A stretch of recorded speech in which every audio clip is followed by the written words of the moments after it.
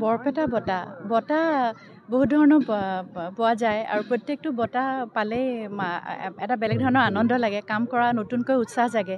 কিন্তু বৰপেটা বঁটা বিশেষ কাৰণ এই বঁটাটো মই আচলতে গুণেৰে জ্ঞানেৰে বা বয়সেৰে এই বঁটাৰ প্ৰাপ্য হয় নে নহয় নাজানো, কিন্তু এই বঁটাটোৱে যে বৰপেটা আঞ্চলিক ছাত্ৰ সন্থাই আজি প্ৰদান কৰিছে, সেই বঁটাটোৰে আচলতে তেওঁলোকে আকৌ এবাৰ মানে যেনেকৈ শিপা যদি শক্তিশালী নহয় তেতিয়াহ'লে গছ এজোপা পৰি যায়, যদি প্লিন্থ শক্তিশালী নহয় তেতিয়াহ'লে সেই বিল্ডিংটো টিকি নাথাকে।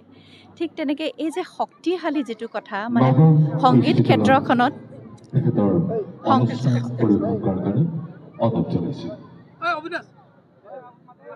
গতিকে যেনেকৈ গছ এজোপা শিপা যেতিয়া শক্তিশালী নহয় তেতিয়া গছজোপা পৰি যোৱাৰ ভয় থাকে, বা প্লিন্থ যদি শক্তিশালী নহয় তেতিয়াহ'লে বিল্ডিং এটাও টিকি নাথাকে।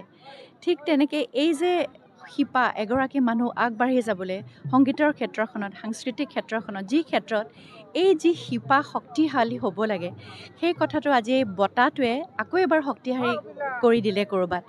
আকৌ এবাৰ মোৰ গোটেই ঘৰখন, আমাৰ গোটেই সত্ৰৰ লগত আমাৰ জড়িত, আমাৰ দেউতা প্ৰভাত শৰ্মা, মুৰাৰী মোহন শৰ্মা মোৰ সৰু খুৰা, বশিষ্ঠদেৱ শৰ্মা সত্ৰাধিকাৰ প্ৰভু আছিলে। গতিকে তেওঁলোক তিনিওগৰাকী নাই, কিন্তু আজি আকৌ এবাৰ ক'ৰবাত এটা বেলেগ ধৰণৰ সংযোগ যেন মই তেওঁলোকৰ লগত কৰিব পাৰিছোঁ।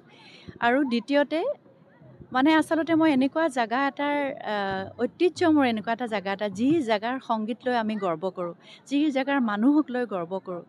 আজিৰ পৰা দায়িত্বটো আৰু যেন অকণমান বাঢ়িল, আজিৰ পৰা সেই শিপাডাল আৰু যেন অকণমান শক্তিশালী হ'ল। এই এৱাৰ্ডটোৱে আচলতে, এই গোটেই বঁটাটোৱে সেইখিনি সুযোগ মোক দিছে, মোক ভাবিছে যে যোগ্য বুলি।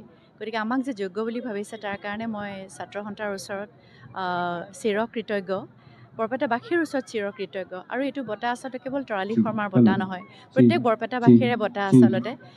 আমাক লৈ গৌৰৱ কৰিব লাগে, বৰপেটাবাসীয়ে বৰপেটাক লৈ গৌৰৱ কৰক। আমাৰ গীত, সংগীত, নৃত্য কিমানখিনি ধাৰা আছে বিভিন্ন, আৰু সেইবোৰ লৈ সংগীত ক্ষেত্ৰখনত কাম কৰি যাবলৈ এইটো বঁটা আচলতে নতুন এটা আকৌ অনুপ্ৰেৰণা।